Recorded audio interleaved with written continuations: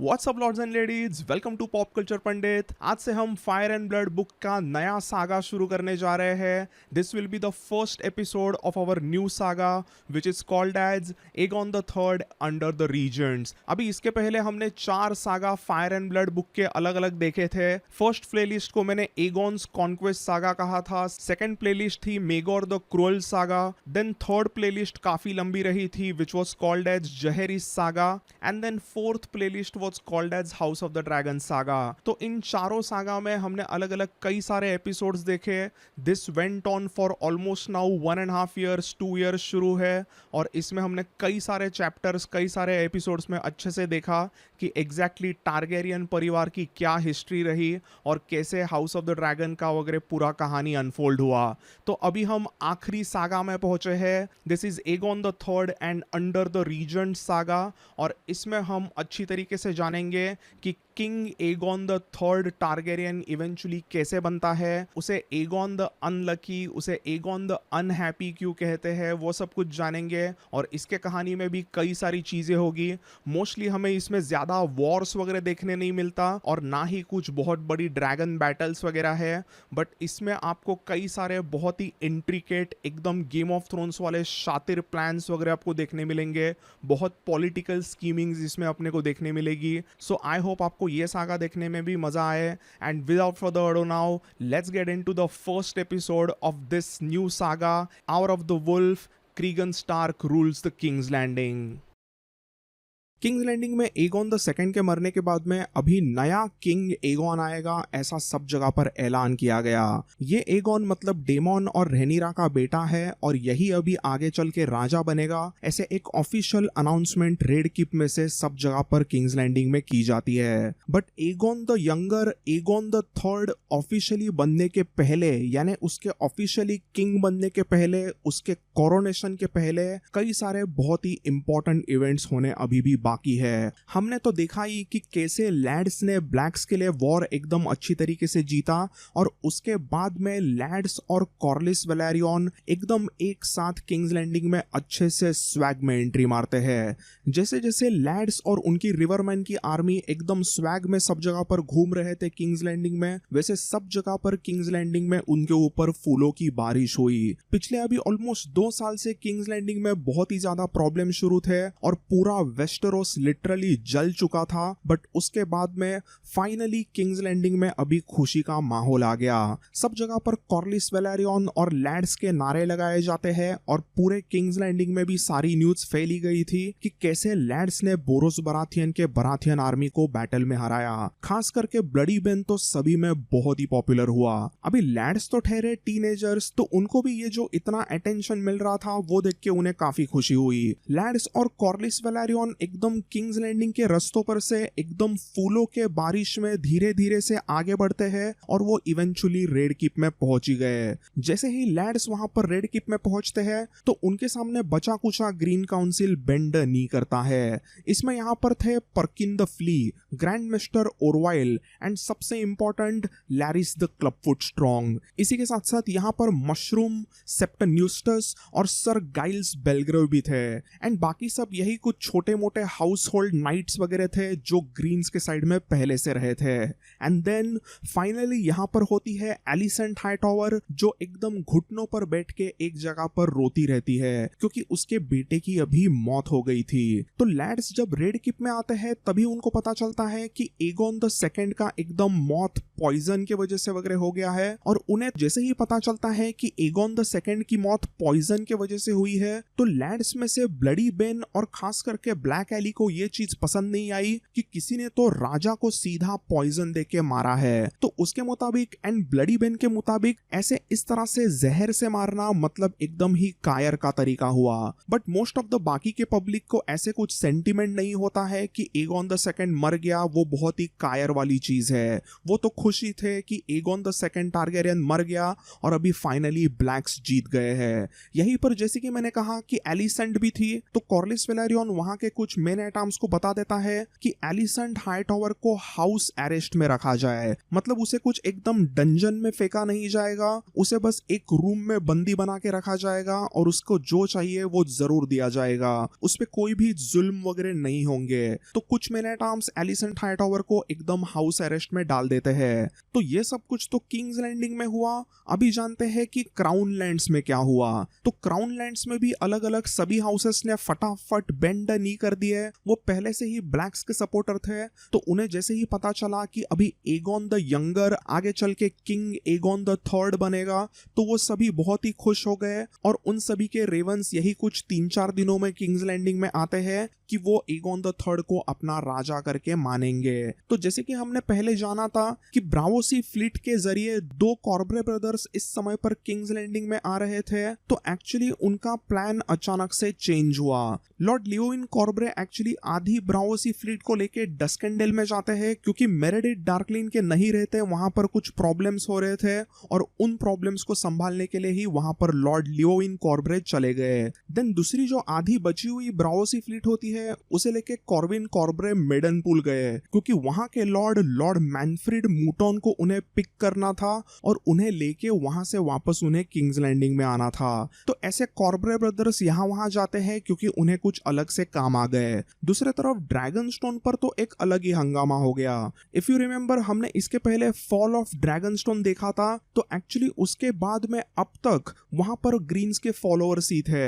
जैसे ही Aegon the second ने Dragonstone को छोड़ा, तो उसने ड्रैगनस्टोन पर पीछे अपने एक लॉयलिस्ट को, एक्चुअली उसके क्या, वो लॉयलिस्ट असल में एल्फ्रेड ब्रूम का कोई बंदा था, तो उस बंदे को एगोन द सेकंड ने ड्रैगनस्टोन का कैसलन बनाया और वहां पर एज अ किलेदार छोड़ दिया।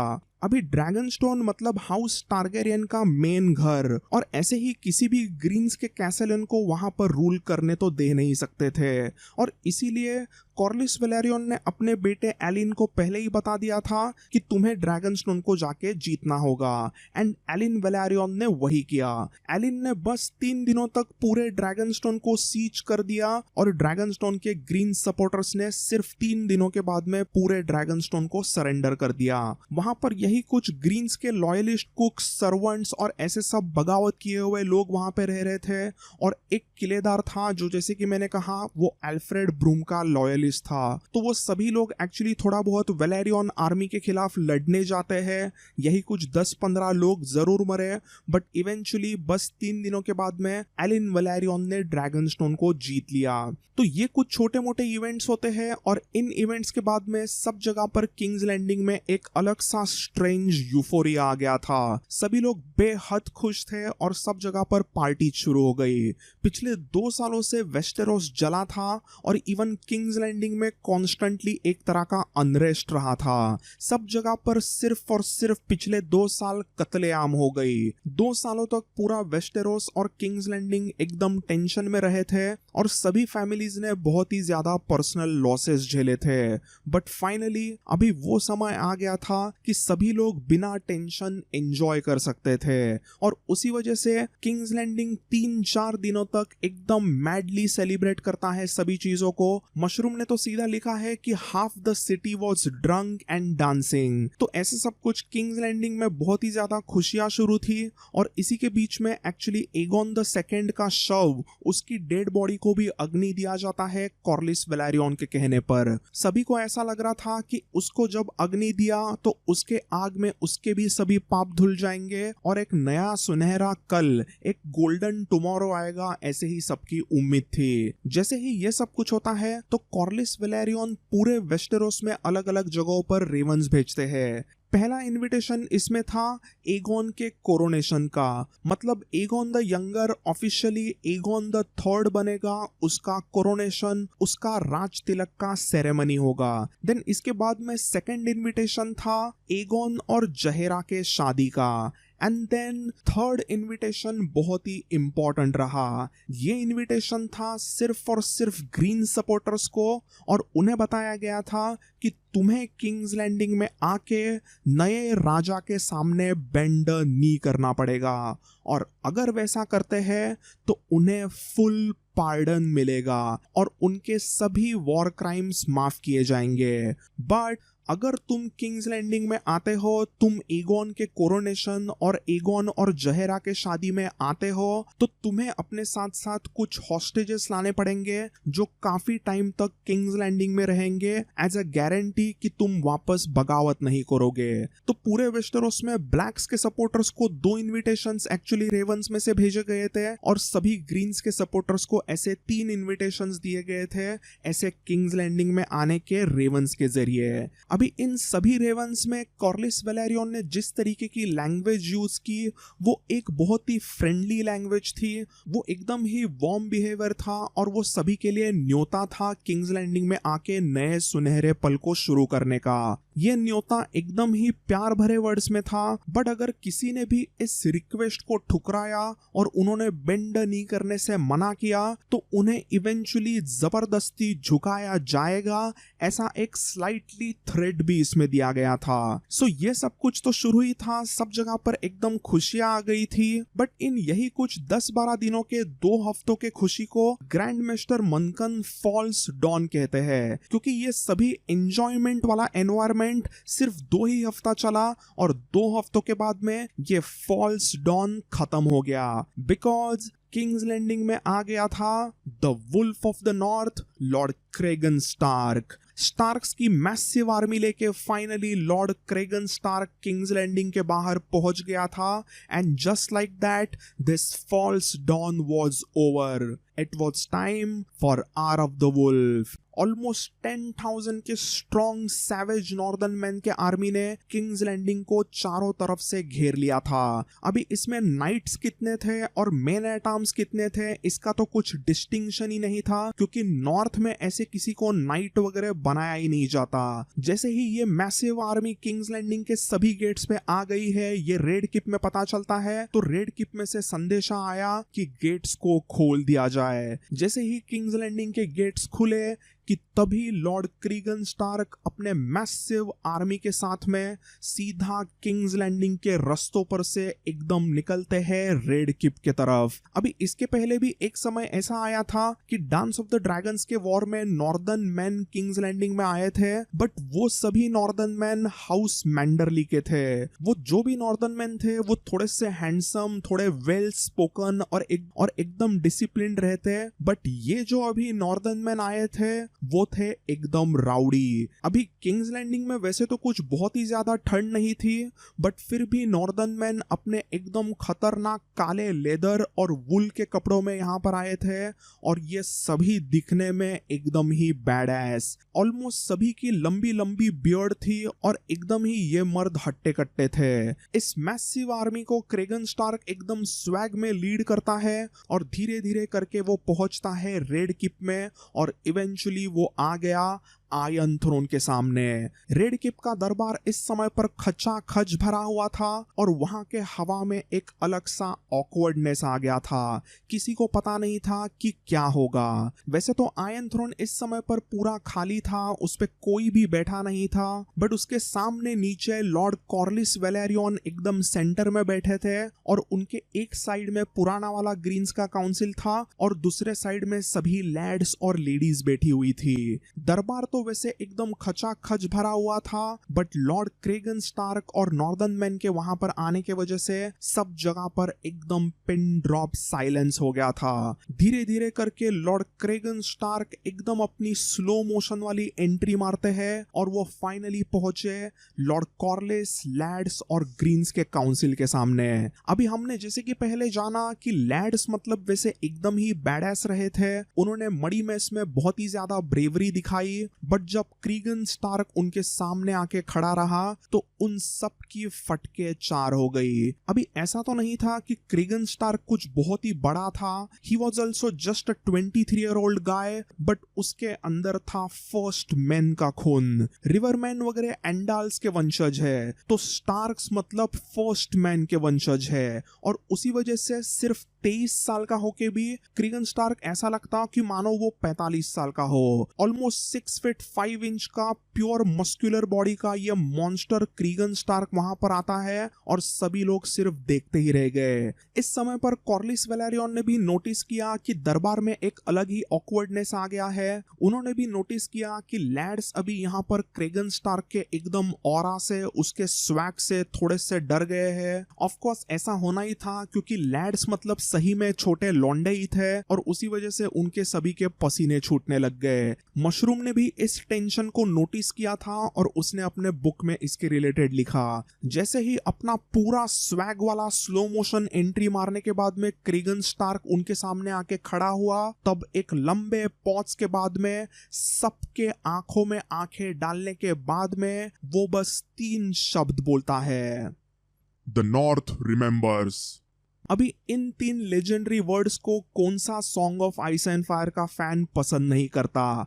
क्रीगन स्टार्क यहाँ पर ये 3 बैड शब्द बोल के सबको वापस घूरता है और उसके बाद में फाइनली लॉर्ड कॉर्लिस वेलेरियन वहां पर खड़े हो गए और हंसते हंसते ही वो क्रीगन की तरफ देखकर कहते हैं, you come too late my lord, आपको आने में देरी हो गई, वॉर तो अभी खत्म हो गया है, king Aegon the second is dead and we have a new king. Lord Corlys के ऐसे कहने के बाद में क्रीगन स्टार्क वापस लैड्स, कॉर्लिस और बाकी सबको घूरता है, सबके आंखों में आंखें डाल के एकदम डेथ स्टेयर देता है और उसके बाद क्रीगन स्टार्क ने एकदम दहाड़ मारी और अपना खतरनाक मोनोलॉग मारा। एगोन द सेकंड मर गया है, but by whose hands and whose words I wonder. Raja Aegon तो जरूर मरा, बट आई वंडर कि वो किसके हाथों से मारा गया और किसके शब्दों ने उसको मारने का हुक्म दिया। राजा तो मरा, बट उसे किसी ना किसी ने मरवाया। 1.5 साल पहले मैंने जेस को वादा किया था और वो वादा निभाने के लिए आज मैं किंग्स लैंडिंग आया हूँ। अपना और दुश्मनों का खून बहाने आया हूँ। साउथ में अब भी लैनिस्टर्स और हाई टावर्स बाकी है, उनकी आर्मीज अभी भी वहां पर बाकी है। तो अगर वो जिंदा है तो वॉर कैसे खत्म हुआ? हम उन्हें खत्म कर देंगे। हम उन सभी हाउसेस को खत्म करेंगे जिन्होंने ब्लैक्स के खिलाफ, जेस के खिलाफ और उसके मां के खिलाफ हथियार उठाए। जिसने जसरिस को मारा वो कुत्ते की मौत मरेंगे। जसरिस के मौत का बदला मैं लेके रहूंगा। साउथ में मैं अटैक करूंगा और सबको मारूंगा। जैसे ही क्रीगन ने यह दहाड़ मारी तो सभी की वापस फट गई। क्रीगन ने यहाँ पर सिंपल वर्ड्स में कह दिया था कि जो भी ग्रीन्स के सपोर्टर्स अभी भी मौजूद है उन्होंने तो अब तक कोई बेंड नहीं किया नहीं है, तो वॉर खत्म कैसे हुआ? डांस ऑफ द ड्रैगन्स के वॉर में जो भी ग्रीन्स के सपोर्टर हाउसेस रहे थे, यानी कि मेन हाउसेस रहे, house high tower, house Lannister रहे, या फिर सेकेंड टियर हाउस में हम देखते हैं तो हाउस पीक, हाउस रॉक्सटन जैसे भी कुछ हाउसेस है जिन्होंने ग्रीन्स को सपोर्ट दिया। तो इन सभी हाउसेस की आर्मीज अभी तक तो जिंदा है, तो ये वॉर खत्म कैसे हुआ? ऐसा यहाँ पर क्रीगन स्टार्क को लगता है और वही उसने यहाँ पर आर्ग्यूमेंट करते हुए एक जबरदस्त दहाड़ मार दी। उसका यहाँ पर हम एक सेंटिमेंट समझ सकते हैं कि उसके दोस्त जसरिस वेलेरियन को भी ग्रीन्स ने मारा है, जेस के मां रेनिरा को भी मार दिया गया है। तो ये सब कुछ अगर हाई टावर्स, लैनिस्टर और बराथियंस ने किया ही है और उनकी अभी भी आर्मी कुछ बाकी है, तो ये वॉर खत्म कैसे हुआ? क्रीगन स्टार्क के ऐसे कहने पर इस बार कॉर्लिस वेलेरियन रिप्लाई नहीं करते। इस बार लैड्स में से कर्मिट टली कहता है, लॉर्ड स्टार्क आपकी बातें हम समझ रहे हैं, बट हम ऐसे ही कैसरली रॉक और स्टॉर्म सेंड को जाके सीज थोड़ी करेंगे। वो दोनों भी कैसल्स एकदम इम्प्रेग्नेबल है, वहां पर हम कितने टाइम तक सीज करेंगे? ऐसे एकदम कैसरली रॉक और स्टॉर्म सेंड पर जाके जीतना मतलब एकदम ही इम्पॉसिबल है। वहां पर आज तक कोई भी घुस नहीं सका। यहाँ पर कर्मिट के हाँ में हाँ मिलाते हुए ब्लडी बेन भी कहता है, लॉर्ड स्टार्क, अगर हम ऐसे सब वॉर्स करेंगे, ऐसा अगर हम सीच करेंगे, तो आपके नॉर्दर्न मैन भी खाली फुकट बहुत ज्यादा मरेंगे. Half of your men will die Lord Stark, so please think about it. तब वहां पर क्रेगन स्टार्क ने एक हार्ड कोर डायलॉग मारा. जिस दिन विंटरफेल से नॉर्दर्न मैन निकले उसी दिन वो मर गए थे बच्चे. They died the day we march boy. अब ये सुनते ही सब जगह पर वापस दरबार में खलबली मच गई. बट उस ऑकवर्ड एनवायरनमेंट को ठंडा करने का काम करता है कॉर्लिस वेलेरियन का एक वॉइस ऑफ रीजन. यहाँ पर लॉर्ड कॉर्लिस वापस कहते हैं, लॉर्ड स्टार्क प्लीज समझिए, 2 साल से डांस ऑफ द ड्रैगन्स का भयानक वॉर शुरू है. लाखों लोग मरे हैं और मैंने खुद अपने आंखों से हजारों लोगों को मरते हुए देखा है, जिंदा जलते हुए देखा.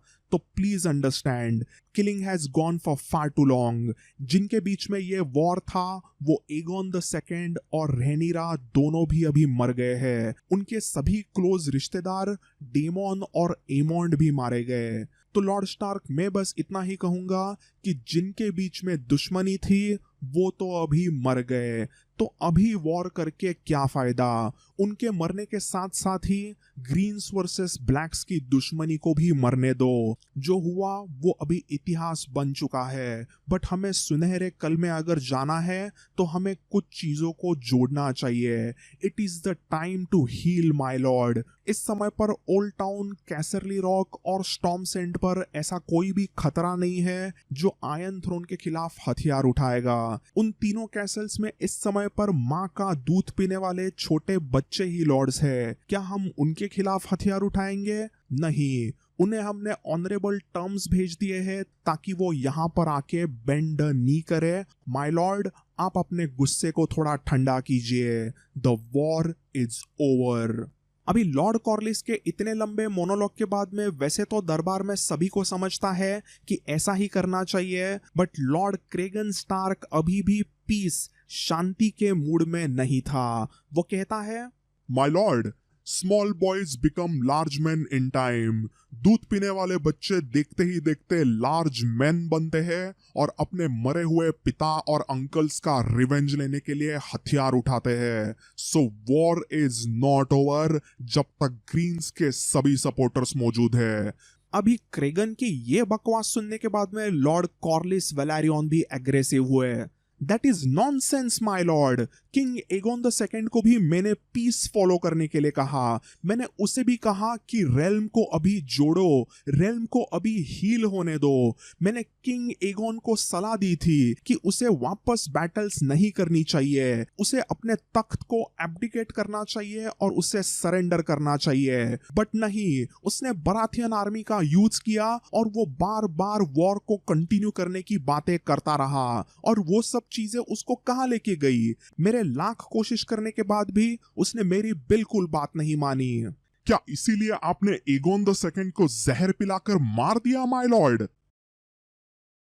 क्रेगन स्टार्क ने भरे दरबार में ये दहाड़ मारी और उसने सीधा सी स्नेक कॉर्लिस वेलेरियन को अक्यूज किया कि उन्होंने ही एगोन द सेकेंड को जहर देके मारा. एंड जस्ट लाइक दैट अभी सब जगह पर अलग ही ऑकवर्डनेस आ गई थी. Sea snake lord Corlys Velaryon black queen Rhaenyra के एक्चुअल हैंड थे. वो फिर ग्रीन्स के काउंसिल में आ गए एंड देन उन्होंने ग्रीन्स के ही किंग एगोन को मरवाया और अभी वापस ब्लैक्स के एगोन द थर्ड को राजा बनाने लगे हैं. ये जो यहाँ वहां लॉयल्टी को लेके जाने की जो चीज है वो ऑनरेबल लॉर्ड क्रेगन स्टार्क को पसंद नहीं आई थी. जैसे जैसे वो रेड कीप तक मार्च कर रहे थे वैसे वैसे क्रेगन स्टार्क को सारी चीजें पता चल रही थी कि एग्जैक्टली किंग्स लैंडिंग और रेड कीप में क्या शुरू है. अभी ऐसा कहना गलत नहीं होगा कि कुछ नॉर्थ के भी जासूस इस समय पर किंग्स लैंडिंग और रेड कीप में मौजूद थे और वो यहाँ की सभी इंफॉर्मेशन बराबर से किंग्स लैंडिंग पर मार्च करने वाले क्रेगन स्टार्क को भेजा करते थे. तो अभी लॉर्ड कॉर्लिस वेलेरियन रेनिरा के हैंड होने के बाद में वो ग्रीन्स के काउंसिल में क्यों आए और फिर ग्रीन्स के काउंसिल में रहते रहते उन्होंने एगोन द सेकेंड को क्यों मरवाया और वो सीक्रेटली अभी एगोन द यंगर को क्यों राजा बनाने लगे हैं. इन सभी चीजों की की रीजनिंग को हम जानते हैं कि लॉर्ड कॉर्लिस वेलेरियन को ऐसी चीजें क्यों करनी पड़ी। हमने डांस ऑफ द ड्रैगन्स के भयानक वॉर के सभी ग्रे एरियाज को अच्छे से जाना, जिसमें कॉर्लिस वेलेरियन को कुछ बुरे चीजों को झेलना पड़ा और कुछ डिफिकल्ट डिसीजंस लेने पड़े। बट इन चीजों को क्रेगन स्टार्क नहीं मानता।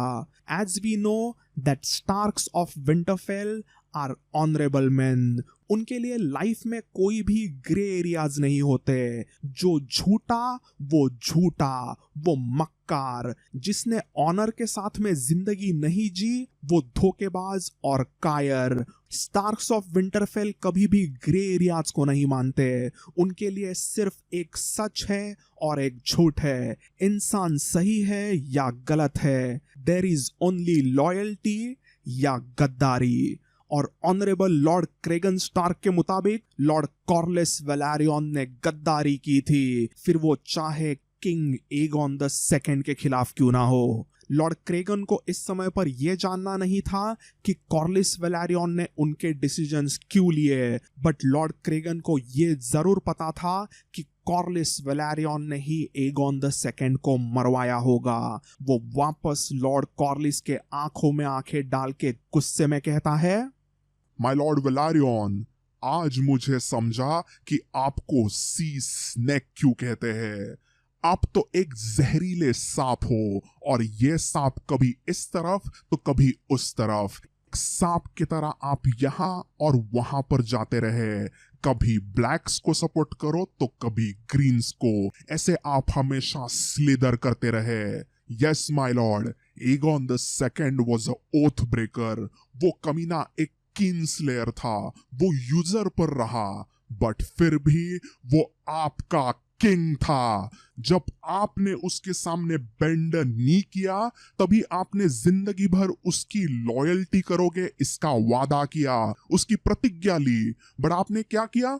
जैसे ही एगॉन ने आपकी बात नहीं मानी, तो एक क्रेवन की तरह उसे जहर से मारा। जहर तो सिर्फ एक क्रेवन का, एक कायर का हथियार होता है, और इसी गद्दारी के लिए you shall answer for it. Cregan ने ऐसा भयानक स्पीच वहां पे मारा और दरबार में ही सबके सामने अपनी मैसिव आइस के तलवार को बाहर निकाला। क्रेगन स्टार्क के इस समय पर ऑलमोस्ट 500 लॉयल एकदम ही जबरदस्त नॉर्दर्न मैन के मेन एट आर्म्स रेड किप में घुसे हुए थे, और क्रेगन ने जैसे ही आइस तलवार को बाहर निकाला तो उन नॉर्दर्न मैन एट आर्म्स ने भी अपने हथियार निकाल दिए। अभी इस समय पर वहां पर परकिन द फ्ली के गटर नाइट्स भी थे और कई सारे रिवरमैन भी मौजूद थे, बट उनको नॉर्दर्न मैन के खिलाफ कुछ भी करने का मौका ही नहीं मिला। नॉर्दर्न मैन सीधा आगे आए और उन्होंने बूढ़े सी स्नेक को उनके चेयर में से उठाया और वो सीधा उसे ड्रैग करके लेके गए डंजन्स में। सी स्नेक के कुछ मेन एट आर्म्स ने वहां पर फाइट करने की जरूर कोशिश की, थोड़ी बहुत हाथापाई यहाँ वहां पर दरबार में शुरू हो गई थी, बट सी स्नेक भी चिल्लाकर उनको शांत होने के लिए कहते हैं, और वो एक्चुअली नॉर्दर्न मैन के साथ में कोऑपरेट करते हैं, क्योंकि सी स्नेक को भी समझ गया था कि अभी यहाँ पर बैटल करके कुछ हासिल नहीं होगा। इस समय पर क्रेगन स्टार्क को जो करना है वो करने देना चाहिए, नहीं तो कुछ बहुत ही बुरी चीजें हो सकती थी। सो जैसे ही सी स्नेक लॉर्ड कॉर्लिस वेलेरियन को बंदी बनाया गया, तो लॉर्ड स्टार्क ने एक एक करके सबके तरफ पॉइंट करना शुरू कर दिया और उन सबको नॉर्दर्न मैन एक एक करके बंदी बनाने लग गए। Larry Strong, sir Perkin the Flea, septon Eustace, grand master Orwyle और वहां पर मौजूद ऑलमोस्ट बाकी के 200 हाई और लो बॉर्न मेन एंड वुमेन को बंदी बनाया गया, और कई सारे और मेन एट आर्म्स को भी बंदी बनाया गया।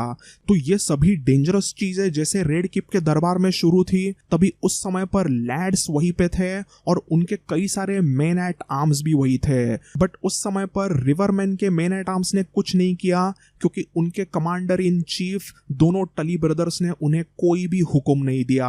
सो जैसे ही ऐसे सबको बंदी बनाया जा रहा था तभी ऑस्कर, कर्मिट, ब्लडी बेन और बाकी के लैड्स के सपोर्टर्स वहीं पे थे और वो सभी ये सब चीजें देखते ही रह गए। अभी इस समय पर वो भी क्या कर सकते थे। ऑलमोस्ट 10,000 की डेंजरस नॉर्दर्न मैन की आर्मी इस समय पर बाहर किंग्स लैंडिंग में है और रेड कीप में मैंने जैसे कहा कि ऑलमोस्ट 500 डेंजरस नॉर्दर्न मैन की आर्मी वहां पर थी।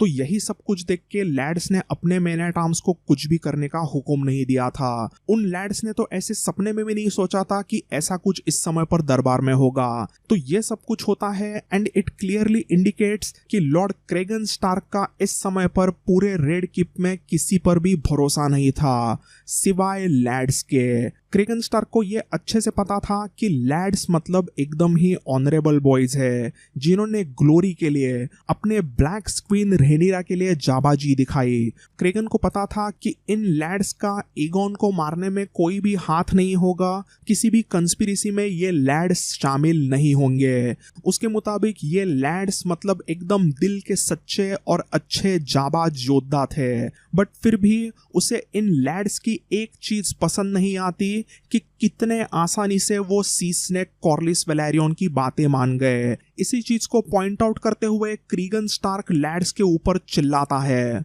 Are you babes in swaddling clothes? क्या तुम तीनों बच्चे हो? तुम्हारी मत मारी गई है। तुम्हारी थोड़ी सी किंग्स लैंडिंग में तारीफ क्या हो गई? तुम पे फूलों की बारिश क्या हो गई? तुम एकदम सॉफ्ट हो गए। कुछ प्यार भरे वर्ड्स क्या तुमने सुन लिए? तुम एकदम रियलिटी को भूल गए। तुम एकदम पिघल गए। तुम्हें किसने कहा वॉर खत्म हो गया? क्लबफुट ने, the snake told you. War आखिर क्यों खत्म हुआ? व्हाई? क्योंकि उन्होंने कहा because you won your little victory in a mud. Is that why you're still happy? War तभी खत्म होता है जब दुश्मन अपने घुटने टेके और नाक रगड़ के जान की भीख मांगे। क्या अब तक हमारे दुश्मनों ने ऐसा कुछ किया? क्या ओल्ड टाउन ने अब तक यील्ड किया? क्या उन्होंने यहां पर आके बेंड नहीं किया है? नहीं। क्या कैसरली रॉक ने अब तक यील्ड किया है? मुझे तो यह भी पता है कि ओल्ड टाउन और कैसरली रॉक में अब तक आयरन थ्रोन का आधा सोना दिया गया है। क्या उन्होंने वो सोना रिटर्न किया है? नहीं। इस समय पर प्रिंसेस जहेरा स्टॉर्म सेंड पर है। आप उस तक पहुंच भी नहीं सकते। तो किस शादी की तुम बात कर रहे हो? अगर कल स्टॉर्म सेंड ने कह दिया कि हम जहेरा को नहीं भेजेंगे तो तुम क्या करोगे? किसी ने भी अब तक घुटने नहीं टेके। इसका मतलब वॉर तो शुरू ही है ना। जैसे ही यहां पर क्रेगन स्टार्क ने वापस एक ताबड़तोड़ मोनोलॉग मारा तो सभी लैड्स एकदम सर नीचे झुकाकर खड़े रह गए। वो तीनों बेचारे एक दूसरे को देखते ही रह गए क्योंकि उन्हें भी अभी एहसास होने लगा था कि लॉर्ड कॉर्लिस वैलेरियन एक्चुअली गलत हो सकते हैं एंड लॉर्ड क्रेगन स्टार्क यहां पर थोड़े क्यों ना हो सही जरूर है। अभी यहां पर एक्चुअली एक बहुत ही इंपॉर्टेंट इंफॉर्मेशन आपको पिछले कुछ एपिसोड्स में बतानी रह गई थी। तो एक्चुअली जैसे ही एगोन द सेकंड ने किंग्स लैंडिंग को जीता था और वहां पर हमने देखा कि एगोन द सेकंड और जहेरा का एक रीयूनियन वगैरह हुआ। हमने ये भी देखा था कि 4 स्टॉर्म्स भी किंग्स लैंडिंग में आती है और एक्चुअली एगोन द सेकंड और कसांड्रा बराथियन की शादी की बात होती है। वो यहाँ वहां पर डेट पे वगैरह भी जाते हैं। तो ऐसी सब कुछ चीजें भी किंग्स लैंडिंग में कुछ टाइम के लिए हुई थी जब एगोन द सेकंड का फेल्ड टेन्योर किंग्स लैंडिंग में एज अ किंग रहा। तो एक्चुअली वो सब जब शुरू था तभी एगोन द सेकंड ने और एक डिसीजन भी लिया था। तो एगोन द सेकंड को जैसे ही पता चला था कि अलग अलग जगहों से 3 आर्मीज यहाँ पर किंग्स लैंडिंग में आने लगी है, तभी एगोन द सेकंड ने डिसीजन लिया था कि वो अपने बेटी जहेरा को वापस स्टॉर्म सेंड पर भेजेगा। तो ये बहुत ही इंपॉर्टेंट डिसीजन रहा और इस डिसीजन को फॉलो करने के लिए बोरोस बराथियन ने अपने चारों बेटियां 4 स्टॉर्म्स को और जहेरा को वापस से स्टॉर्म सेंड पर भेजा। तो इस समय पर एक्चुअली प्रिंसेस जहेरा वापस स्टॉर्म सेंड पर पहुंची गई थी और वो वहां पर लेडी एलिंडा बराथियन की वार्ड बन के वहां पे रहने लगी थी। तो क्रेगन स्टार्क को लिटरली ये चीज भी पता थी कि प्रिंसेस जहेरा इस समय पर स्टॉर्म सेंड पर है। तो ये चीज क्रेगन स्टार्क तो पता ही था, बट उसी के साथ साथ उसे ये भी पता था कि एगोन द सेकंड ने टाइलैंड लैनिस्टर, मार्स्टन वॉटर्स और एक सर जूलियन वर्मवुड ऐसे 3 लोगों को एसोस में भेजा है ताकि वो एसोस में जाके किसी आर्मी को जुगाड़ सके। और उसी चीज को यहाँ पर अभी क्रेगन लैड्स को समझाता है और इस समय वो थोड़े से सॉफ्ट वर्ड यूज करता है। वो कहता है, माय लॉर्ड्स, आप इस बात को समझ लो कि उजरपर किंग एगोन द सेकंड ने कुछ उसके खास लोगों को एसोस में भी भेजा है ताकि वो सेल सोर्स की कुछ आर्मी बना सके। तो इसीलिए मैं कह रहा हूं किंग्स लैंडिंग अभी भी सेफ नहीं है। अगर एसोस में कुछ आर्मी बनाई जाती है तो वो आर्मी किंग्स लैंडिंग पर कभी भी हमला कर सकती है। और इसीलिए मैं बार बार कह रहा हूं कि अभी भी ये वॉर खत्म नहीं हुआ। छोटा एगोन अभी वैसे राजा जरूर बन सकता है, बट अभी भी उसके सामने कई सारे प्रॉब्लम्स है जिसे हमें सॉल्व करना है। अभी इस समय पर आयरन थ्रोन की पूरी तिजोरी खाली है। क्या ये चीज आपको कॉर्लिस ने बताई? आयरन थ्रोन के तिजोरी में कोई भी सोना अभी इस समय नहीं है क्योंकि एगोन द सेकंड और उसके काउंसिल ने उसे छुपाया है और उसे अब तक लौटाया नहीं गया। तो वॉर कैसे खत्म हुआ, आप ही बताओ। थोड़े से ठंडे लॉर्ड क्रेगन की ये सब बातें बराबर से लैड्स के पल्ले पड़ने लग गई। उन्हें भी समझा कि ऑनरेबल लॉर्ड स्टार्क कुछ बहुत ही यहाँ पर दुश्मनी निकाल नहीं रहे, कुछ गरम दिमाग से एकदम वाहियात फैसले वो नहीं कर रहे। जो भी यहाँ पर लॉर्ड क्रेगन स्टार्क कर रहे हैं उनके पीछे उनकी स्ट्रॉन्ग रीजनिंग जरूर है और इसीलिए सभी लैड्स ने लॉर्ड क्रेगन स्टार्क को सपोर्ट करने के लिए एक्सेप्ट किया। बस 2 दिनों के बाद में किंग्स लैंडिंग रिवरमैन और नॉर्दर्न मैन के आर्मी के कंट्रोल में आ चुका था। द वुल्फ ऑफ विंटरफेल के मेन एट आर्म्स अभी सब जगह पर घूमने लगे थे। इसके पहले यही कुछ 500-600 गटर नाइट्स और बाकी कुछ 500 गोल्ड क्लोक्स किंग्स लैंडिंग में थे और उसी वजह से किंग्स लैंडिंग में यहाँ वहां पर छोटे मोटे प्रॉब्लम शुरू हो गए थे। कई जगहों पर काले धंधे शुरू हो गए थे और उन सभी चीजों को बराबर से ठंडा करने का काम किया नॉर्दर्न मैन के आर्मी ने।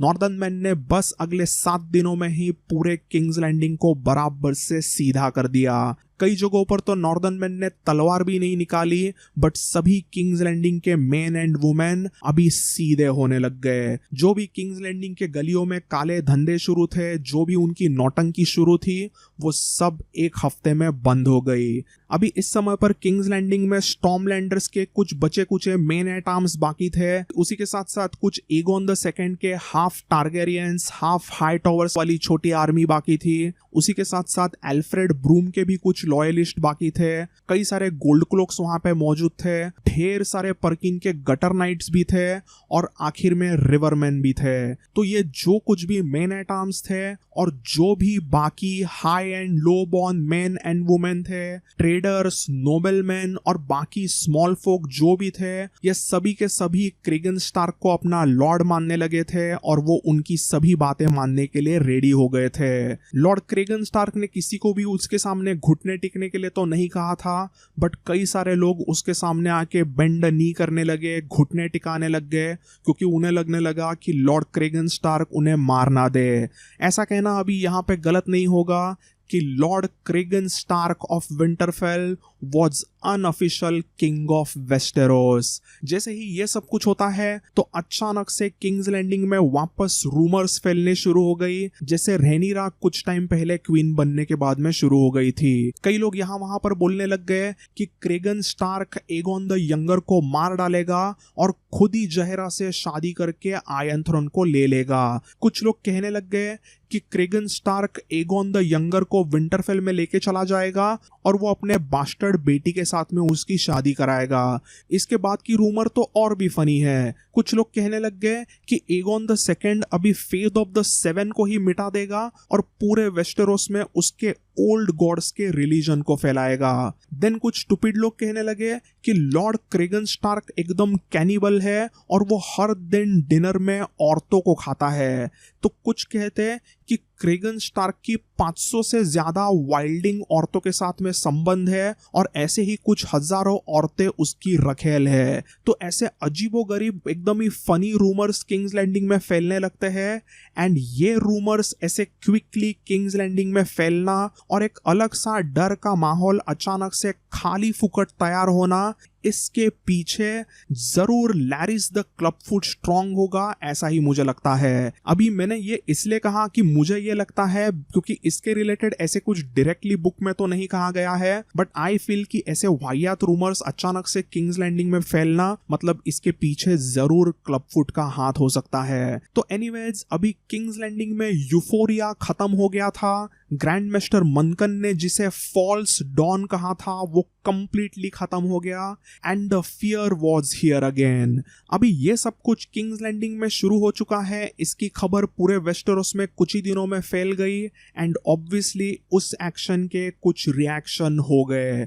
सबसे पहले तो दोनों भी कॉर्बरे ब्रदर्स मेडनपूल और डस्कनसेल से निकल जाते हैं किंग्स लैंडिंग के तरफ और उनके साथ में उस रीजन के कई सारे लॉर्ड्स भी थे। उसके बाद में ड्रैगनस्टोन पर से एलिन वेलेरियन का रेवन आता है और वो उसमें सीधा कहता है कि उसके दादाजी को छोड़ दिया जाए। एज वी नो कि वैसे तो Lord Corlys Valerian Elin Valerian का एक सीक्रेट बाप है, बट ये चीज वेस्टरोस में वो एकदम ओपनली नहीं कहते, इसीलिए रेवन में एलिन कॉर्लिस को दादाजी करके बुलाता है और दादाजी को छोड़ दो ऐसे सीधा वार्निंग वो वहां पर क्रेगन स्टार्क को देता है। और क्रेगन वैसा अगर नहीं करता है तो वेलेरियन शिप्स कभी भी किंग्स लैंडिंग पर अटैक कर सकती है। इसके बाद में एक्चुअली गर्ल टाउन से भी Maiden of the Vale Jeyne Arryn और उसकी वॉर्ड यानी कि रेना टारगेरियन उसके ड्रैगन मॉर्निंग के साथ में किंग्स लैंडिंग की तरफ निकले। तो ऐसे कई लोग धीरे धीरे करके किंग्स लैंडिंग में आने लगे थे,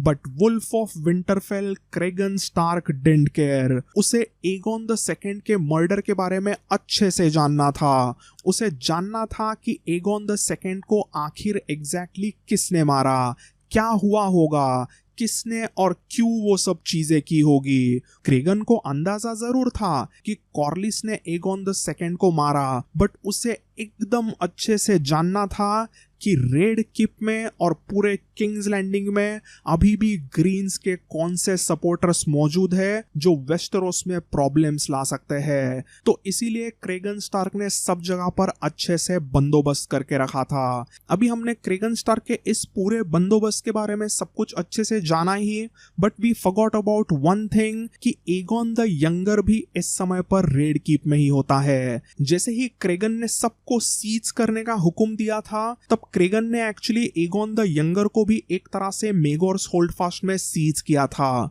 वैसे क्रेगन ने एकदम एगोन द यंगर को कुछ बंदी तो नहीं बनाया था, एगोन द यंगर को जो चाहिए वो जरूर कर सकता था, बट उसके साथ में वहां पर हमेशा होती है ब्लैक एली एलिसन ब्लैकवुड। तो एक्चुअली क्रेगन स्टार्क ने ब्लैक एली को हुक्म दिया था कि वो छोटे एगोन द यंगर के साथ में मेगोर्स होल्डफास्ट में ही रहेगी। एगोन द यंगर को जो भी चाहिए वो दिया जाएगा, बट सभी परमिशंस उससे यानी कि क्रेगन से लेनी जरूरी है। कुछ भी करो बट एगोन द यंगर पर अच्छे से नजर रखो, उसे सेफ रखो। इसकी जिम्मेदारी क्रेगन स्टार्क ब्लैक एली को देता है।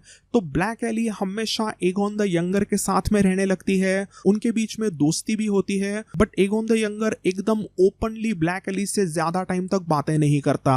तो ब्लैक एली को ऐसा लगता है कि एगोन द यंगर के साथ में खेलने के लिए वहां पर कोई तो चाहिए, उसको एक कंपेनियन की जरूरत थी। अभी वैसे तो बेला रेड किप में ही थी, बट बेला भी एक अलग ही डेंजरस डैशिंग लड़की है और वो कुछ अलग कंस्पिरेसीज एगोन द यंगर के दिमाग में ना भरे, इसलिए क्रेगन ने साफ कह दिया था कि बेला और एगोन द यंगर बार बार मिलने नहीं चाहिए। और इसीलिए एगोन द यंगर के साथ में कंपेनियन के तौर पे ब्लैक एली लेके आई गेमॉन पेल हेयर को। इस समय पर एगोन द यंगर यही कुछ 11 साल का था और गेमॉन था 6 साल का। पहले तो उनके बीच में कुछ बॉन्डिंग नहीं हुई, बट धीरे धीरे करके गेमॉन और एगोन द यंगर एकदम जिगरी यार बन गए। एगोन द यंगर तो वैसे भी कभी नहीं हंसता, बट अगर उसे कोई हंसा सकता तो वो था सिर्फ और सिर्फ ये छोटू गेमॉन। तो किंग्स लैंडिंग में जब ऑर ऑफ द वुल्फ आ चुका था, क्रेगन स्टार्क जब एक तरीके से राजा ही बना था,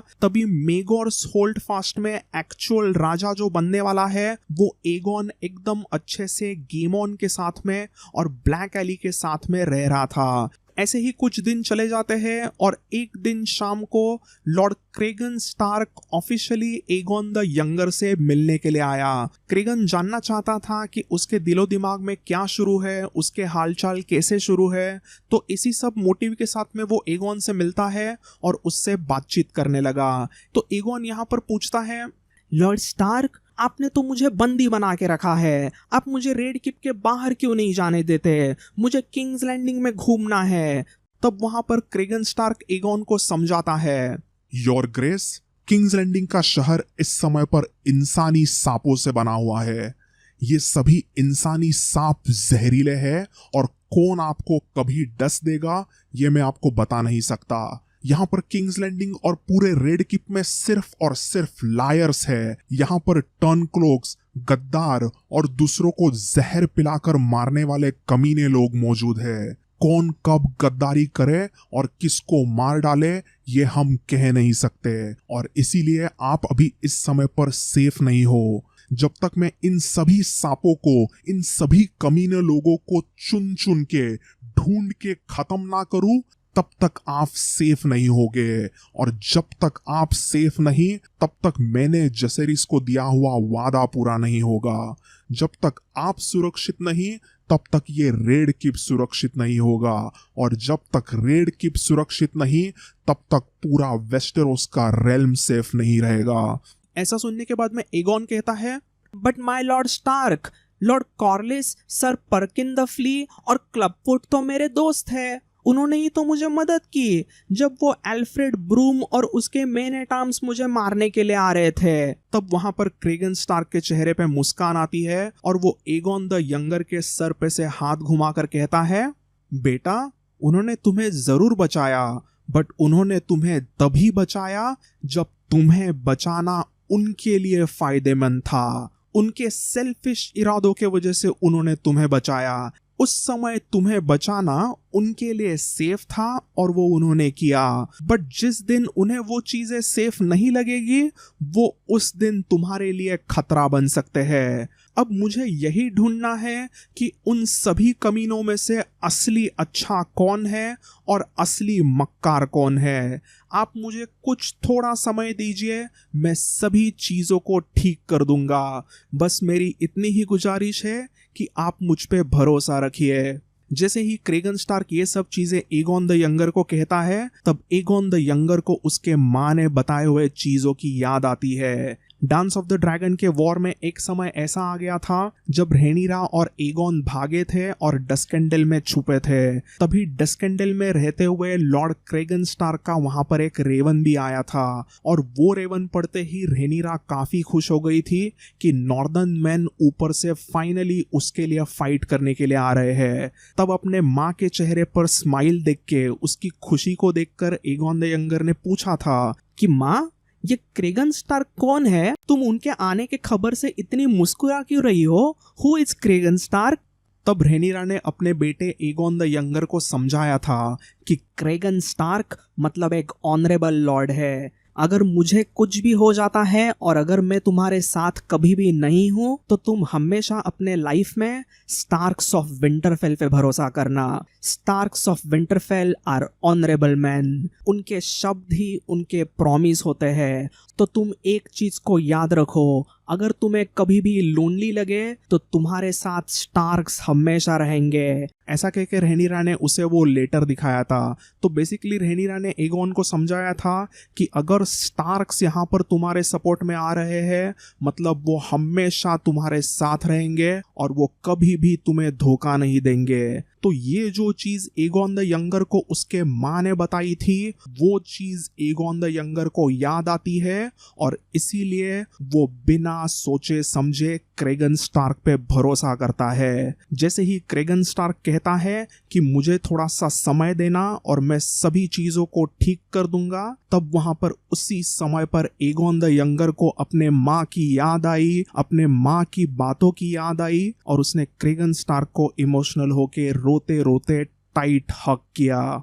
एगोन द यंगर यानी कि रहेनिरा और डेमोन का बेटा। उसके बाल तो एकदम टारगेरियंस के तरह सिल्वर तो नहीं थे, बट एकदम कुछ अजीब से वाइट चमकीले बाल थे। उसकी आंखें पर्पल नहीं थी, बट एकदम ब्लैक थी। उसने बचपन से ही कुछ हॉरिबल चीज़ों को देखा और एक्सपीरियंस किया, जिसके वजह से जिंदगी भर उसे पीटीएसडी रहा। खास करके उसे ड्रैगन्स का तो एक अलग ही ट्रॉमा आ गया था। उसके आंखों में एक अलग सी सैडनेस थी और वो रेयरली ही स्माइल करता एकदम फोर्सफुली। सो इसी एगोन द यंगर के आने वाले रूल के बारे में हम बाद में जानेंगे ही, बट इस समय दो ड्रैगन्स रहेनिरा और डेमोन का बेटा एक वुल्फ के बाहों में सेफ फील कर रहा था।